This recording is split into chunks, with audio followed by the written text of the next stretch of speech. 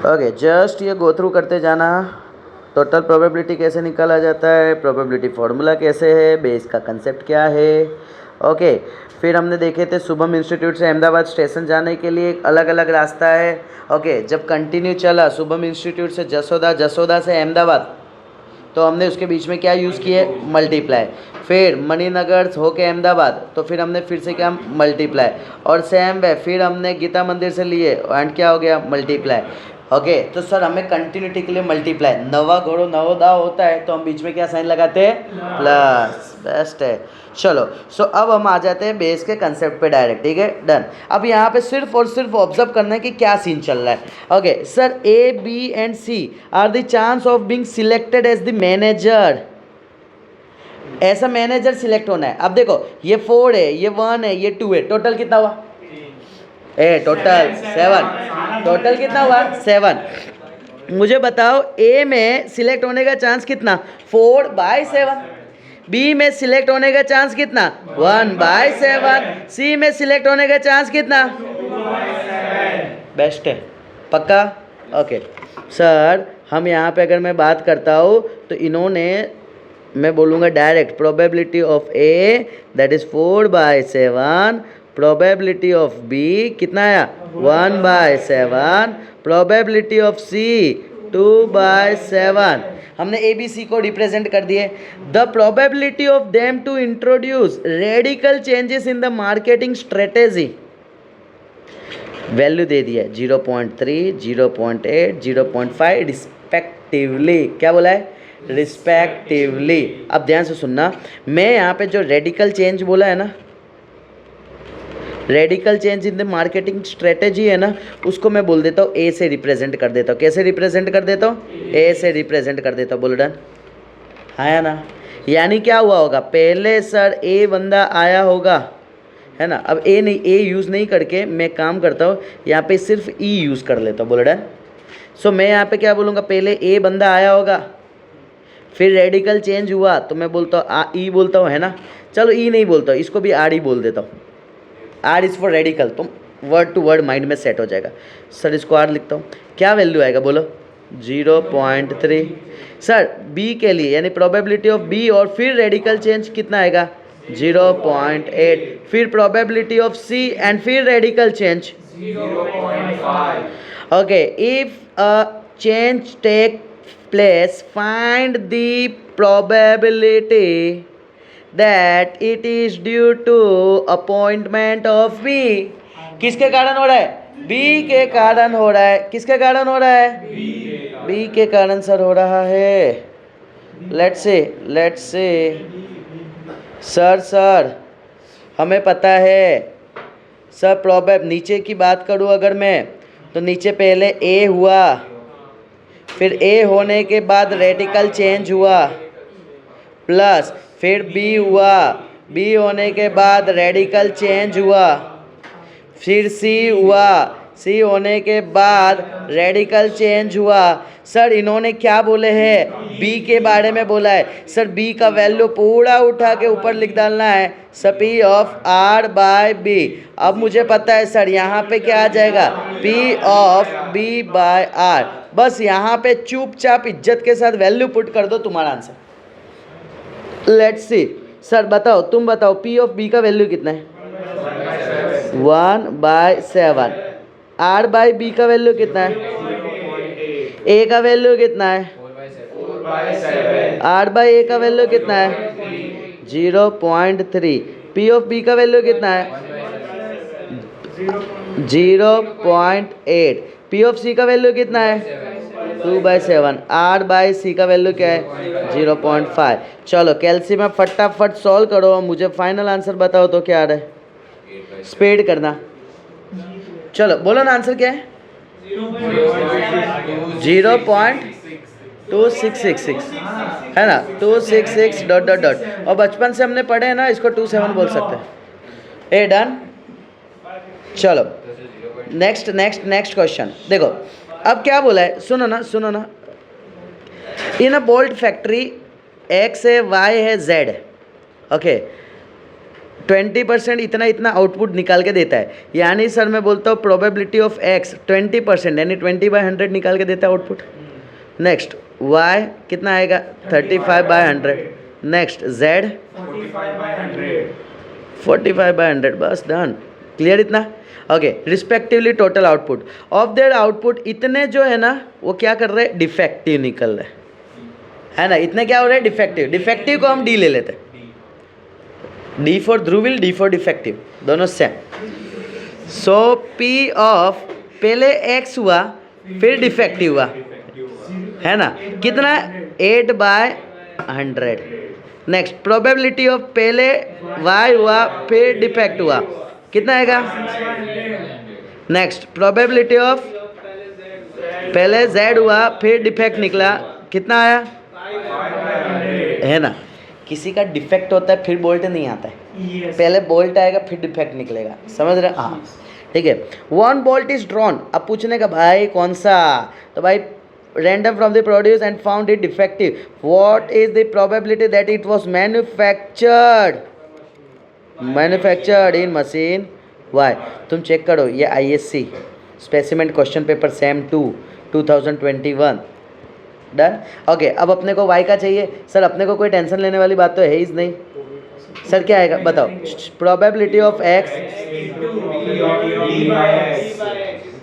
पहले y हुआ फिर y के बाद d हुआ फिर z के बाद डिफेक्ट हुआ, बोल डन। मुझे किसका y का निकालना है ना sir, y into P of y होने के बाद defect is equal to probability of y ऊपर d नीचे, बोलो डन इतना।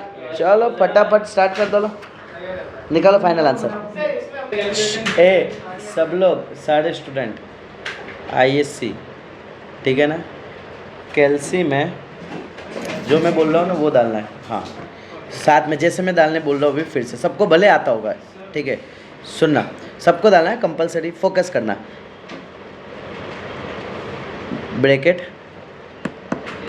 ठीक है, 20/100 यानी 35/100 यानी 0.35 multiply by 0.06 bracket close divide bracket done 0.20 into 0.08 plus 0.35 into 0.06 plus 0.45 into 0.05 bracket close equal to, check करो। ओके सो नेक्स्ट क्वेश्चन हम देख रहे हैं। नेक्स्ट क्वेश्चन में ऑब्जर्व करना, a fair die is rolled, die को रोल किया गया, डाई में क्या क्या होता है 1 to 6 तक नंबर होता है। 1 2 3 4 5 6। मैंने पूछा है डाइज में क्या होते हैं, प्रोबेबिलिटी किसी का नहीं पूछा मैंने। अब फेयर डाई इज रोल्ड यानी 1 से 6 तक आ सकता है। If face 1 turn up a ball is drawn from bag A, यानी 1 आएगा तो बैग ए को अपने पकड़ेंगे।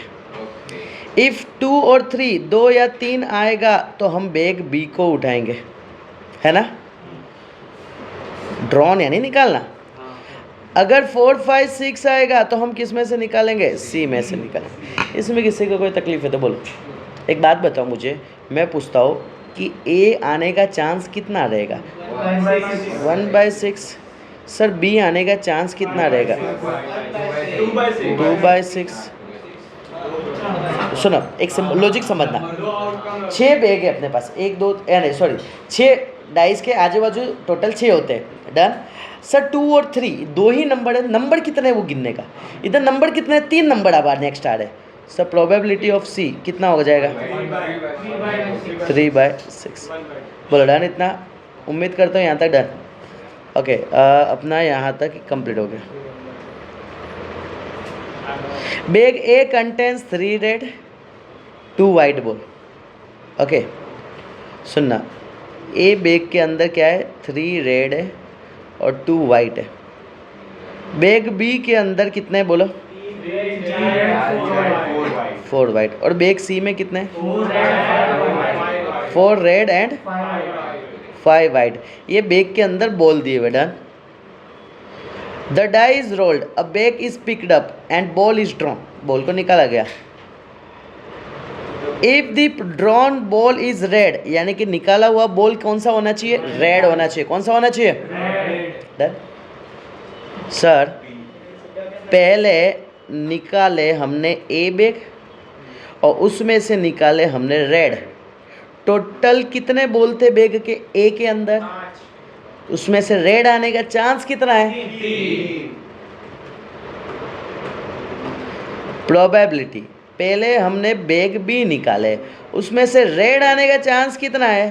टोटल बॉल कितना है? 7। रेड आने का चांस 3। नेक्स्ट, पहले हमने निकाले बैग सी और फिर रेड। टोटल कितने हैं? 9 और ऊपर 4। उम्मीद करता हूँ यहाँ तक डन। अब पूछने का भाई फाइनल तुमको किसका चाहिए? बैग बी का। उम्मीद करता हूँ कि तुम होशियार हो। Yes sir. ए क्लियर हुआ? पक्का? डन। चलो सब लोग सॉल्व करना स्टार्ट करो फटाफट। ये सुनो ना, इसको सॉल्व कर देना और ये 90/239 293 है ना, वो डिवाइड करके चेक करो तो एक बार आंसर क्या है? 90/293 0.307 है ना? तो ये सुनो ना, 0.307। ठीक है डन। ओके चलो कोई दिक्कत नहीं। अब आ जाओ फटाफट है, जल्दी स्पीड करना। In an automobile factory, focus सबका यहाँ पे। हाँ, certain part are to be the fixed into the chassis in a section before it moves into the another section. बड़े बड़े जगह ऑटोमोबाइल इंडस्ट्रीज में क्या होता है कि एक पार्ट इधर बनता है, फिर पास होता है, दूसरा पार्ट उधर बनता है। Okay, on a given day one of the 3 people A B C carries out this task. A has 45% chance, B है 35% चांस, सी हैज़ 20% चांस। यानी प्रोबेबिलिटी ऑफ ए,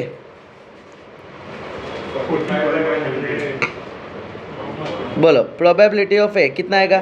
45/100। सब प्रोबेबिलिटी ऑफ बी कितना आएगा?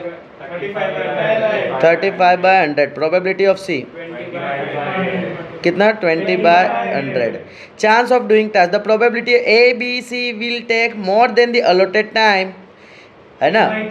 मोर देन द अलॉटेड टाइम। तो मैं इसको ले लेता हूँ, एम ले लेता हूँ, या टाइम को टी ले लेता हूँ। चलो तुम्हारी इच्छा, कुछ भी ले सकते हो।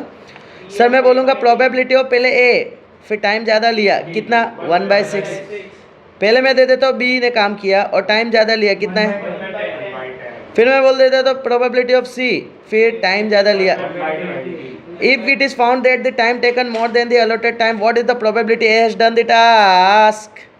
सर नीचे ऊपर जो है ना वो ए का कंसेप्ट आ जाएगा, P of A into P of A and ऊपर टी, और इधर तो सब आ जाएंगे P of A, P of T by A, फिर प्लस पी ऑफ बी, फिर P of T by B, फिर plus P of C and P of T by C. And ये जो इसका उल्टा कर देंगे तो इधर क्या आ जाएगा? P of A by T. बस इतना ही है। डन।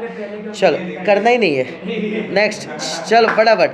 अब यहाँ पे आ जाते हैं, नेक्स्ट वन अपने आ जाते हैं। फोकस यहाँ पे हो गया ना? Yes sir. बस कंप्लीट आज का लेक्चर, क्लोज।